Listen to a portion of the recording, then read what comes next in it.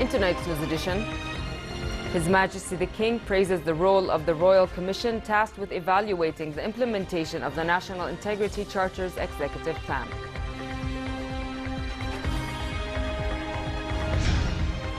The United Nations aid chief says he will consider a Russian proposal for a 3-hour daily ceasefire in Aleppo to let humanitarian aid into the Syrian city.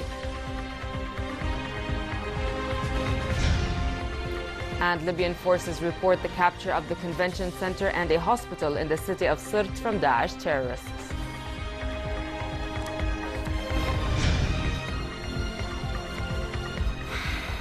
Good evening and welcome to the news at 10.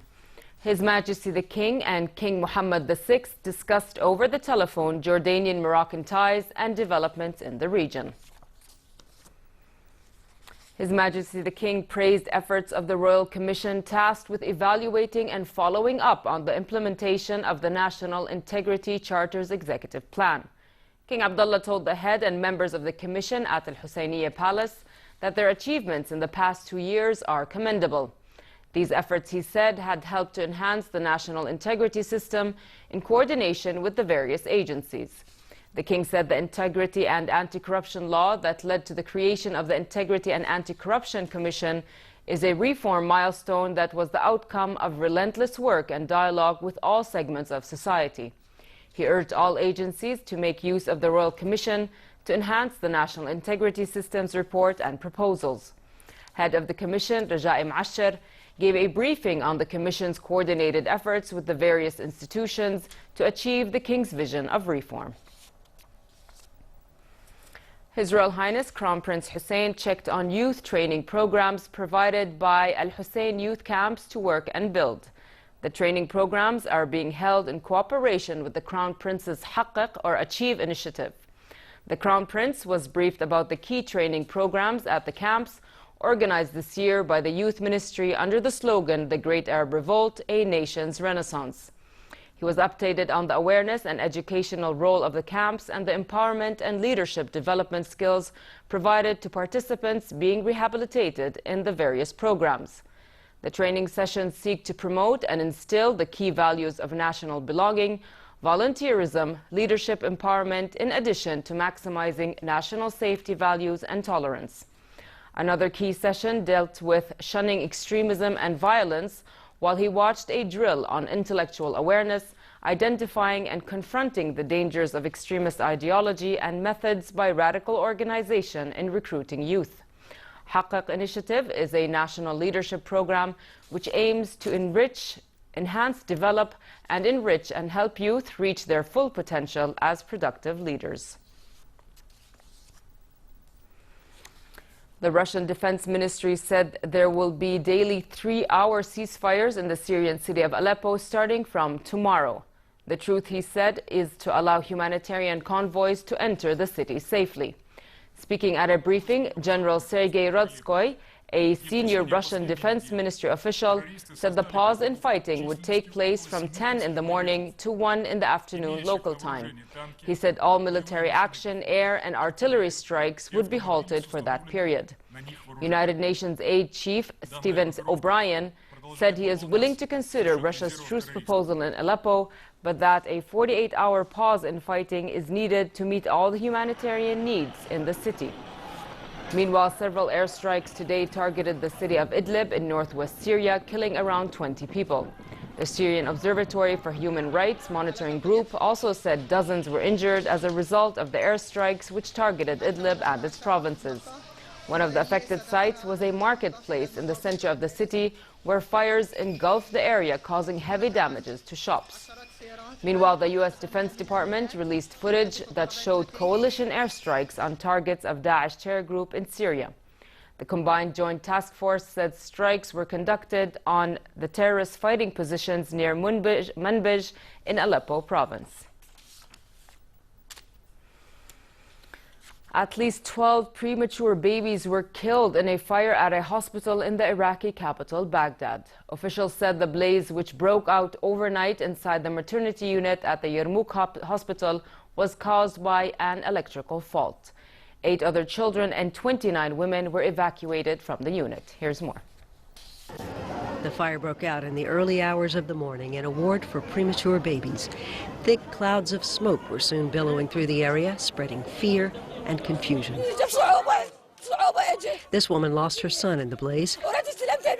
She says she went to get some infant formula for him and then found herself engulfed in smoke. Hospital workers were able to rescue about a dozen of the babies, but 12 others died. Outside the building, parents frantically searched for their children, hoping they were among the survivors. This man asks, where can we find them? My twin babies, a daughter and a son. Hospital officials are focused on finding the cause of the blaze, which they believe was electrical, while grieving parents focus on arranging funerals for their children. In northern Iraq, a well that pumps oil from Kirkuk fields was blown up, setting some production facilities on fire. An official at the state-run North Oil Company said firefighters were still working on containing the fire at the well that pumps 2,500 barrels per day. He said the early morning explosion was most likely caused by sabotage. The well is under the control of Kurdish Peshmerga fighters that are taking part in the war on Daesh. The terror group is deployed west of Kirkuk.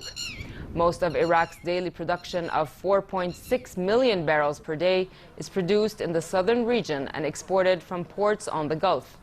About 500,000 barrels per day are exported from the Kurdish self-ruled region through the Turkish terminal of Jihan on the Mediterranean.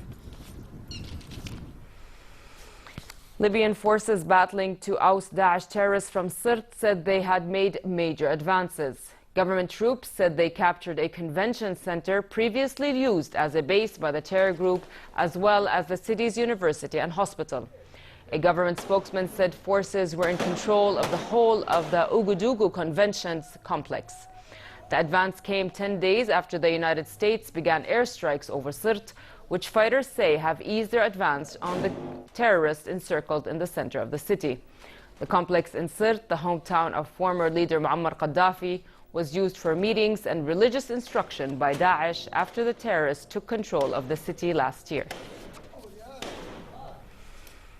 A representative for the United Nations Development Program, UNDP, said their contractor, who was accused of helping the Palestinian Hamas group, deserves a fair and speedy justice process. Israel accused Hamas member of diverting UN aid meant for Palestinian civilians to Hamas. It was Israel's second allegation this month of misuse of international relief funds in the Gaza Strip. Last month, Israel's Shin Bet security agency arrested Wahid Abdullah al-Bursh, a Palestinian engineer with UNDP, and alleged that he had confessed to being recruited to help Hamas. We, as UNDP, consider that the contractor has the right and deserves to have a fair and just and speedy justice process. We are seriously looking at it. We are clearly concerned about it. But what we can tell you as UNDP is that in no way whatsoever UNDP has provided any political group or entity with the ability to influence our decisions and to drive and manipulate our resources that indeed are stemming out of international taxpayers' money. The Brazilian Senate voted to put suspended President Dilma Rousseff to face an impeachment trial. At the end of a lengthy session that lasted over 15 hours, senators voted 59 to 21 to approve the trial. Rousseff is accused of committing fiscal fraud to balance the 2014 budget. The trial is expected to begin in late August or early September. The opposition said the president committed a crime of financial responsibility by resorting to fiscal maneuvers to balance the budget, which is written in the country's law and punishable by impeachment. They blamed Rousseff's decision for the current state of the Brazilian economy. The country is currently facing a recession, and unemployment and inflation are on the increase. Back here at home, and with only 3 weeks to go until the largest design event in Jordan's history kicks off, Her Majesty Queen Rania Al Abdullah checked on the progress of preparations underway for Amman Design Week. The unprecedented 9-day event will start in downtown Amman on September 1st. Amman Design Week aims to revive the Ragadan tourist terminal, one of the exhibition sites, as a social space for craft. Jordan's craft people, who have kept their methods, traditions, and aesthetic values alive, will be celebrated at this event for inspiring today's contemporary design practices. The event will hold over 100 activities and exhibitions at the Hunger and the Jordan Museum, in addition to workshops and talks across 40 spaces around the city. It offers visitors the opportunity to interact with designers and modern digital fabrication tools and technology. Amman Design Week will host the work of more than 100 local and regional designers and is expected to attract 10,000 visitors.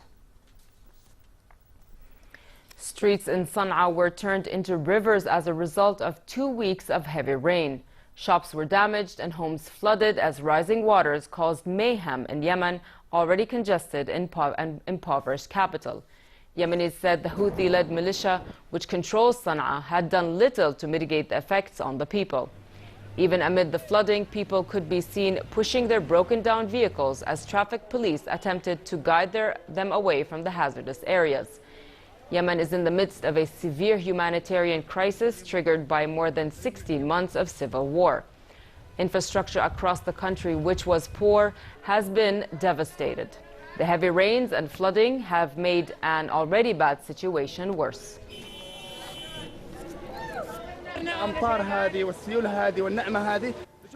Rain is a blessing, but these floods have caused obstructions in the sewage system and the water drainage systems.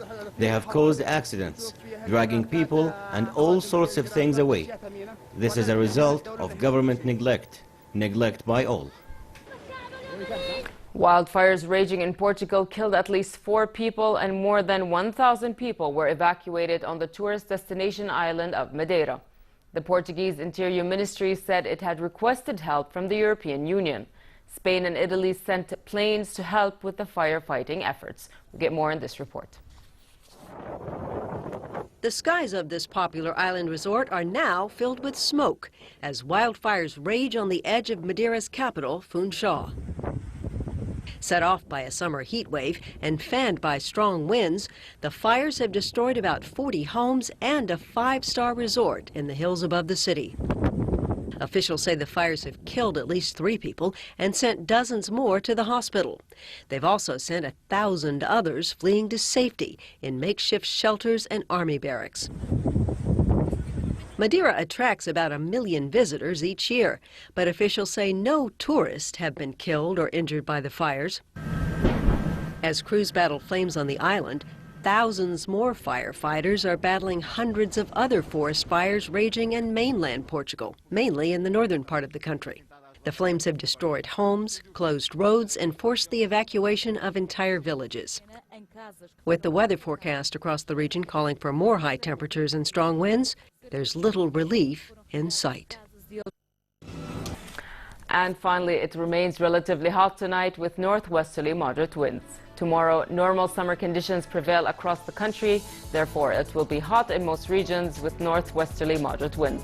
The Gulf of Aqaba should expect a very hot day tomorrow with northerly moderate winds and choppy seas. Next are the lows and highs for tonight and tomorrow.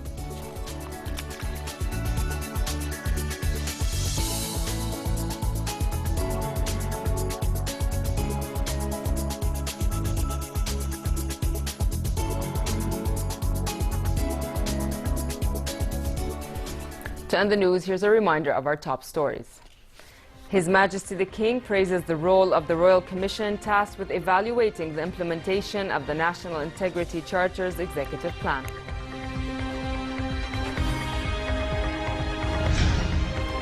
The United Nations aid chief says he will consider a Russian proposal for a 3-hour daily ceasefire in Aleppo to let humanitarian aid into the city. And Libyan forces report the capture of the convention center and a hospital in the city of Sirt from Daesh terrorists. With that, we come to the end of tonight's news. I'm Nancy Khair. Thank you for watching and have a good night.